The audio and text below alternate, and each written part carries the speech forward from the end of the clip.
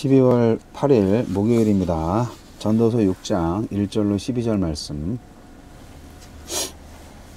내가 해 아래에서 한 가지 불행한 일이 있는 것을 보았나니 이는 사람의 마음을 무겁게 하는 것이라.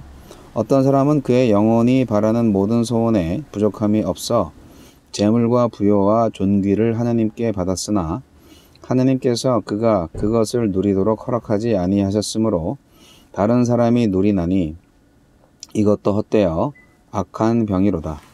사람이 비록 100명의 자녀를 낳고 또 장수하여 사는 날이 많을지라도 그의 영혼은 그러한 행복으로 만족하지 못하고 또 그가 안정되지 못하면 나는 이르기를 낙태된 자가 그보다 낫다 하느니 낙태된 자는 헛되이 왔다가 어두운 중에 가매 그의 이름이 어둠에 덮이니 햇빛도 보지 못하고 또 그것을 알지도 못하나 이가 그보다 더 평안함이라.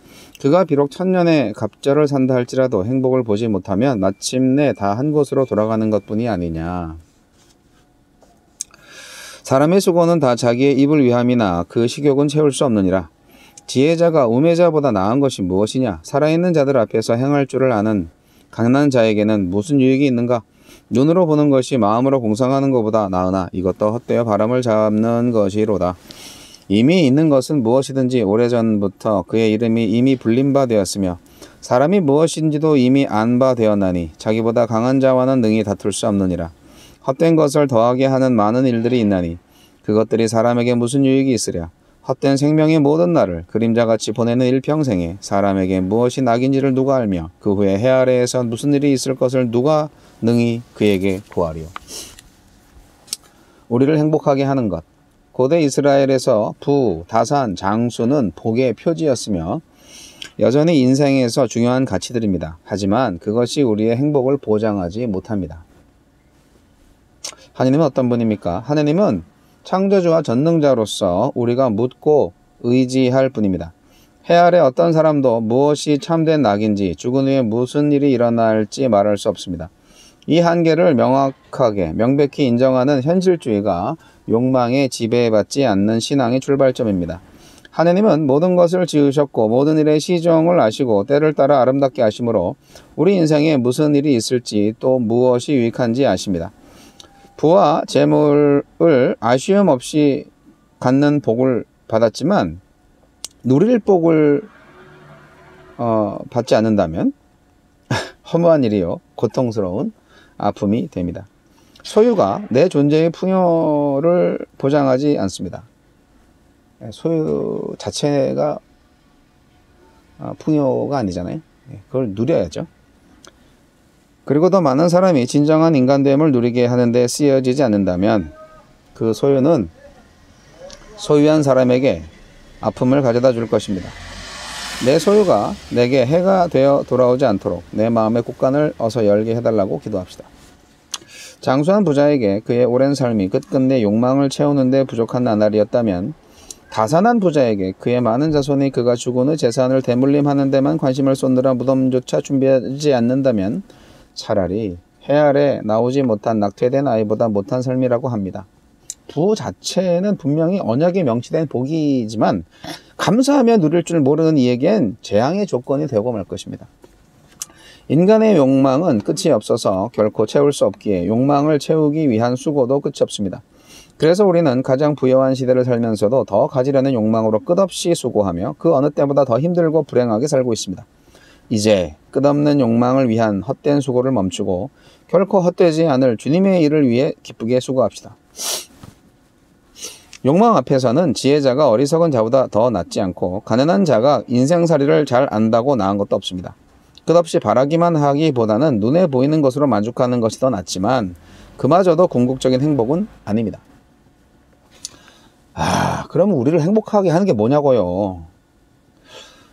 오늘 이 매일 성경의 해설 중에서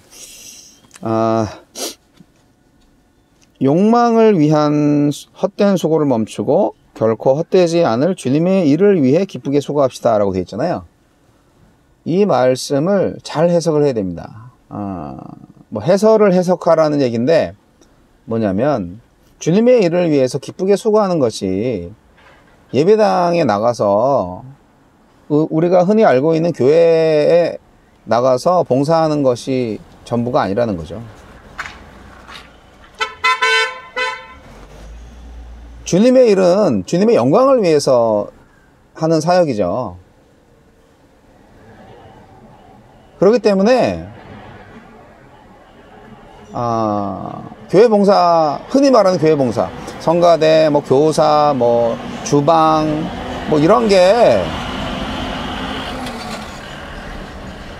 주님의 일이라고만 할 수 없는 거죠. 주님의 일은 주님께 영광 돌리는 일이에요. 그 일은 모든 일상생활 가운데서 가능한 일이에요. 교회 일이 주님의 일이 아니라고요. 우리가 흔히 생각하는 교회 일이, 아니 물론 주님의 일인데 교회 일만 주님의 일이 아니라고요.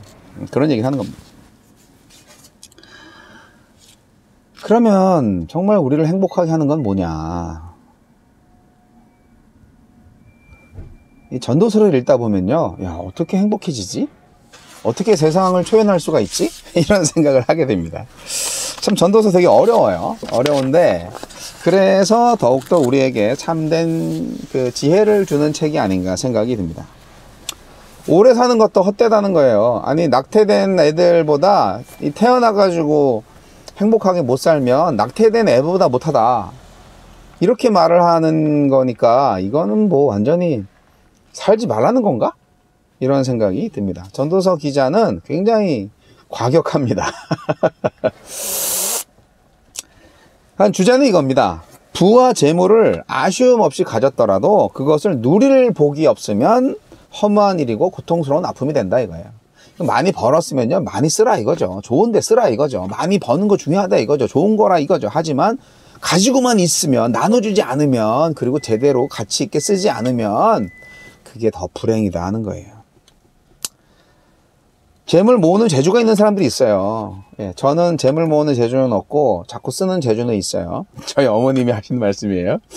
그런데 잘 써야죠. 예, 잘 써야죠.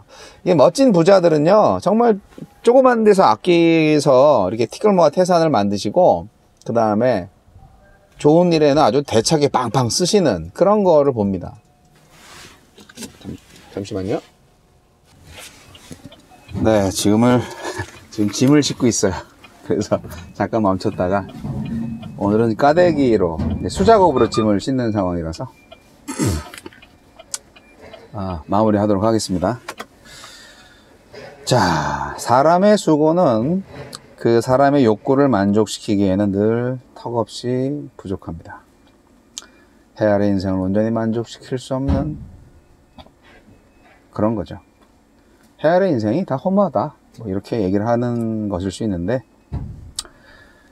욕망에 관해서는 해 아래 지혜자가 어리석은 자보다 더 낫지 않고, 재물이 많지만 세상살이를 모르거나 가난하지만 세상살이를 잘 아는 자나 도찐 개신이다, 이런 거죠. 끝없이 바라기만 하기보다는 눈에 보이는 것으로 만족하는 것이 낫지만 그마저도 궁극적인 행복은 아니다. 그러나 실상은 현실의 수고와 그 결과에서 만족함을 찾는 것조차도 헛되고 바람을 자는 것처럼 공허할 수 있다. 그러니까 이 말씀 그대로 제가 반복하는 건데, 도대체 삶의 의미가 없네. 이렇게 삶은 아무것도 아니야, 바람이야 그냥. 전도서를 읽으면요, 좀 화가 나요. 짜증나요. 그렇게 성공지향적으로 살고 그랬구나 내가. 정말 뭔가 그래도 주님의 이름을 걸고 주님을 위해서 뭔가 하려고 하면서도 그래도 뭔가 좀 성취하고 싶고 인정받고 싶고 그러려고 했는데, 이 전도서를 읽으면 이 다 허무하고 다 바람이에요. 바람. 이거 어떻게 해야 돼? 확실한 것과 불확실한 것이 있죠, 세상에는. 근데 그런 것도 다 헛된 거예요. 오직 확실한 건 뭐냐? 오직 가치 있는 건 뭐냐? 결국 하나님밖에 없다는 거죠. 전도서의 결론은 그거예요. 피조물인 인간이 하느님, 창조주 하느님하고 논쟁할 처지가 못 돼요. 피조물이니까. 아니 그럼 인생이 뭡니까? 인생이 왜 만드셨어요? 그렇게 따지지도 말라 이거예요. 따질 수도 없어요. 우리가 이 인생의 의미를 말하는 것 자체가 헛된 일이다 하는 거예요. 해 아래 어떤 사람도 무엇이 참된 낙인지, 죽은 후엔 무슨 일이 일어날 건지 말할 수도 없고 알 수도 없다.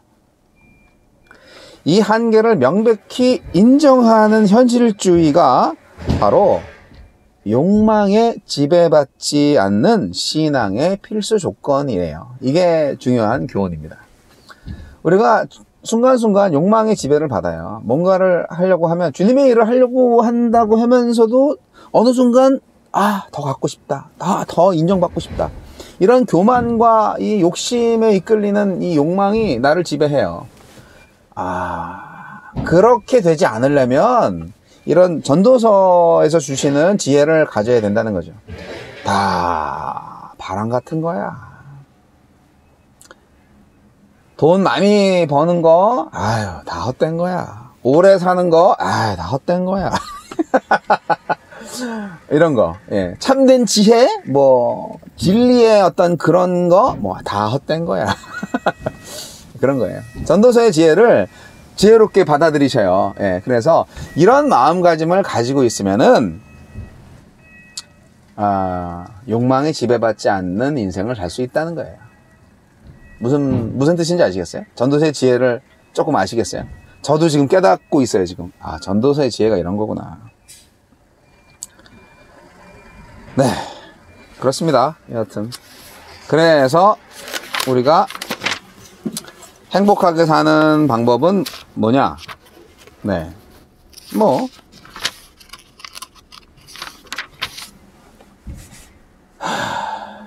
하나님을 경외하고 모든 것을 그대로 받아들이며 하나님의 일을 하는 것, 하나님을 찬양하는 것, 그것이 가장 행복한 인생이죠.